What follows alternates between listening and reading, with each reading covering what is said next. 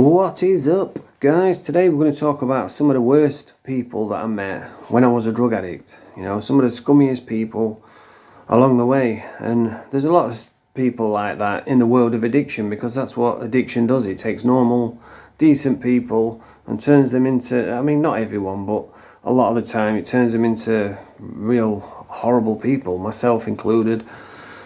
You know, I've stolen off a lot of people in my time, shoplifting, you know, stealing from office blocks.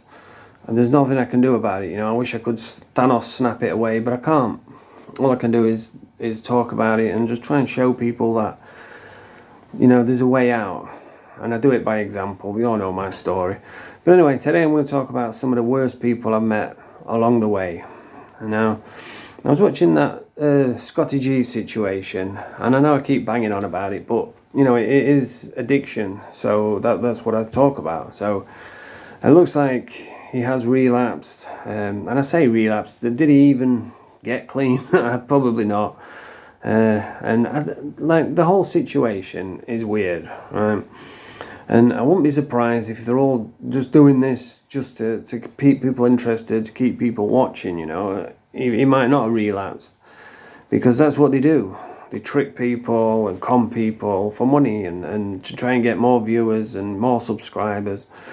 And they've used Scotty to do it. Now, I know the scruffy sheriff likes to drink on, you know, he's been dining out on this whole, oh, I rescued Scotty, I went and picked him up off the street. But nobody really asked him, look, are you ready to do this, you know? And even the way he was talking, you could see he wasn't ready at all. And they took him to this shed, thrown him in a shed. And for the last 3 weeks, 4 weeks, however long it's been, he's just been in the background saying, aye, yeah, aye. And that's it. And then all of a sudden, he's doing like, the last few days, he's been doing like 3-4 hour long lives. So obviously, I mean, I said it the other day, that it looks like he's relapsed. I think he's been having Valium. I don't really give a shit. And it's sad, really, because what they've done is they've took him off the streets. You know, it's not as easy as taking someone off the streets and chucking him in a shed. Otherwise, there won't be any crackheads on the street. You've got to be ready to do it. And it looks like they've took him and they've set him up to fail, really. Because everybody was sending money, everybody was cheering him on, sending him gifts and clothes. And meanwhile, Scotty's just been in the shed doing nothing, not even... All he does is say thank you now and again, and that's it. And now he's got all this stuff. Now he's saying he wants new teeth and wants a couple grand for a GoFundMe. It's like, mate, you're doing nothing. You've got no... You know, I don't even think he wants to change his life. He's not ready. And that's what they've done. They've set him up to fail, and now everybody on the internet don't like him anymore. But it wouldn't surprise me if it was all a ruse, but I don't know. But anyway, that's what's happened with the Scotty G thing. And that's what drugs do, you know. They turn you into someone who's just lazy. And it's that beggar's mentality. You know, you give them £1 and then they come back. It's like a green light. And then they want another £1 and then they start expecting it. And that's what's happened with Scotty, you know. He's had a few quid. He's had stuff donated to him. He's had loads of praise and now he's expecting it. You know, oh yeah, I want to get my teeth. I want to look like Dougie Joyce. Fucking hell. But... yeah, that's the whole scrotty thing. That's what addiction does. It turns you into a shitty person. And you think, like, if you find somebody who is a shitty person before addiction, then you end up with the people who I'm going to talk about today, like real shitty people. And the first guy I'm going to talk about, I'm not going to say no names because they are still alive. And just tell you what they're like. This first guy, he was a bully. You know, he could fight a bit, and...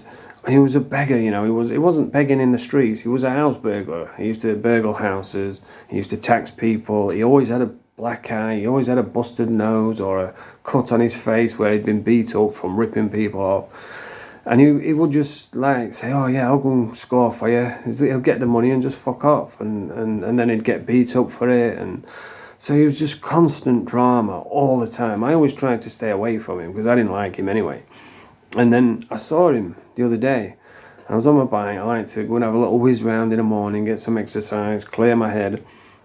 And I saw him.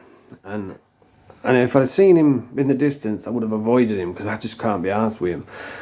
But I didn't realise it was him because he looked so old and haggard, and I don't know if he's had a leg lopped off, he was on crutches, he looked an absolute mess. And as I looked up on my bike, I made eye contact with him, and he's one of those where he's just got to ask for summer, he's just a complete beggar through and through. And as soon as I made eye contact, I nodded and carried on going, and straight away he was like, yeah, mate, yeah. And I was like, fuck off. And I just shook my head and just carried on going. He's like, oh, do you know what time it is? He's just got to have summer. And I just whizzed off. I don't know if he recognised me. I hope he didn't. But yeah, he was a real nasty piece of work. He was always taxing people and bullying people and just robbing off people. He was the type of guy where even if you said, yeah, come in, here's £1,000, here's some new clothes, here's some drugs, good luck. On his way out, he would nick a tenner off the side or whatever's on the side. He was just one of those type of people. And yeah, I saw him, he looked haggard. And then I saw him again a couple of days later, and I whizzed by on my bike, but I was coming up behind him, he was with someone, so he didn't see me. And as I went by, I was like, here we go, and he's still with the drama, I heard his mate saying, look, just leave it, fucking hell, just leave it, don't worry about it. And I'm thinking, still with the drama after all this time, and his trouble just follows him around. He's just one of those types of people, and he was a real scumbag. And it looks like karma's got him, because it looks like he's had a leg lopped off, he looks haggard, he looks an absolute mess. So I don't think he'd be taxing anyone anymore.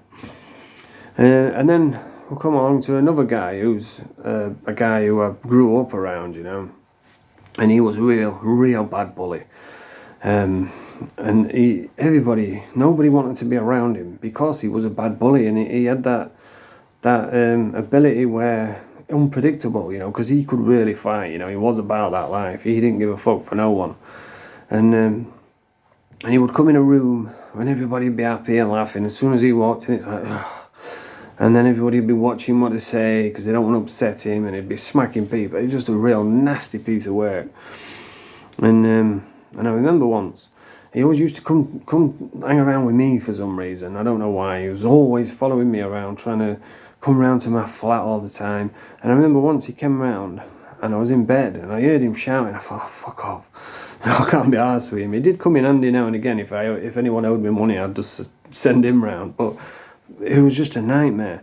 And I was in bed. I thought, I'm just going to ignore him. And he's fucking put my window through, climbed through and come upstairs and giving me attitude. What are you fucking ignoring me for? I was like, I was in fucking bed, man. You smashed my window. And it was it was a nightmare. And he was always following me around. And I remember this is when I realised just how much of a horrible piece of work he is. He came round and we was out and we needed somewhere to have a smoke, to smoke some heroin. And he said, oh, come on, we'll go to so-and-so's house. So we got there and you could see this bloke didn't want nothing to do with us, because I was with him. And he just bulldozed his way in. And I'm thinking, fucking hell, I don't really want to be here. Like, if I'm sat in a room and I'm not welcome, then I'll leave. But he just bulldozed in, and there was a kid in there, in a crib, looking over at us. And he's just pulled the drugs out, started smoking heroin in front of this kid. Right? And this is where the real nastiness comes. He was sat there, you could see the bloke didn't want us here, but he couldn't say out because he would have just smacked him. And he was smoking heroin and blowing it in this little kid's face, a little baby, he must have only been, I don't know how old he was, but he was in a crib looking over and he was blowing heroin in his face and laughing about it. And that's when I thought, you are a real horrible piece of work, and this is not addiction that's made him like that, that's just nastiness through and through, because I understand people, are in a bad situation and they might turn him into a bit of a cunt, but that's just real nasty, horrible thing to do. And that's what he was like. Nobody liked him. And karma's dealt with it. Because now, obviously I can't say too much because he's still alive and I don't want the smoke. But now, he's not bullying anyone anymore. He doesn't do that sort of stuff anymore because he can't. Let's just leave it at that. And then the last person I'm going to talk about was another, bully, always beating people, always taxing people. And I remember it was the same. I was trying to avoid this guy, you know. I'd speak to him, I'd be friendly with him, but deep down, just like most people, I fucking couldn't stand the guy. And he was always beating people up. And once I was round at this drug dealer's house, and we had a little thing where, you know, she'd sell drugs and then she'd give me one deals and say, oh, go and deliver these and I'll sort you out. And that's what we used to do, you know. I got free drugs and all I had to do was deliver all the stuff, right? Like, just like being a Joey, really. And I got free drugs all the time, so I didn't have to go out stealing or whatever. And then he come round, and I thought, oh, for fuck's sake, you know. And I knew he was just gonna, you know, everybody was like on edge, everyone was on eggshells, and like people come round and he'd start taxing them, so less and less people started coming round, you know. And then he started smoking all this stuff and just ruined it all, you know. I went after a couple of days and fuck this, I'm going. And it ended up nobody coming round anymore. All the drugs were gone, and the dealer ended up in debt. And then he just fucked off and went to the next fucking person that he could, you know, ruin. And that's what he was like, you know. But I know him outside of, you know, when he was in prison, when he wasn't on drugs, and he seemed all right. But now, you know, karma's got him, and he's I think he's on a, well, he's not bullying anymore. I don't want to say too much because people know I'm on about, but he's really struggling now, and he can't bully anyone anymore. And that other kid that was blowing heroin in that kid's face, another thing what he did, what I forgot to mention, was I was in prison with him, and he was a knobhead in there as well. And I remember I went into his cell once, and his cellmate was in there, and he was rummaging around looking for razor blades and throwing them out the window, because people would keep razor blades in the cell, you know, to cut things, like cut pictures out of paper or cut the nails or whatever. They'd take the razor blades out of the razors. So everybody had loads of razor blades in the cells. Some people would make knives or, you know, whatever. And he was looking for them and throwing them out the window. I said, what are you doing? He says, I'm getting rid of all these blades because he keeps fucking... And he showed me his arm, and he was cut all over his arms. He says, he's fucking slashing me, you know, when we're banged up. And that's what he was doing. You know, if he didn't do what he said, he'd slash him with razor blade. And I'm not talking about like really deep slashes that needed stitches. I'm just talking about little nicks, you know, like. But that's just what type of person he was. Just a horrible bully. I mean, who does that? You know, when you're in prison, it's you and your cellmate. You team up together. You don't fucking bully him and slash him. But you know, that's what he was, just a real scumbag. And that's what happens when you get people like me. You know, I think I'm a decent person. Addiction made me into a bit of a cunt. You know, I've got to live with that now. There's nothing I can do about it. It is what it is. There's nothing I can do. But then when you get people who are real horrible cunts anyway, and then you add addiction on top, they become like super cunts. You know what I mean? Real nasty pieces of work. And it's like with, and then that's when karma gets involved. Like with Brian Cockrell, he spent his time pushing people around, bullying people, breaking everyone's jaws, bragging about it on YouTube, you know, tax 20 grand off someone.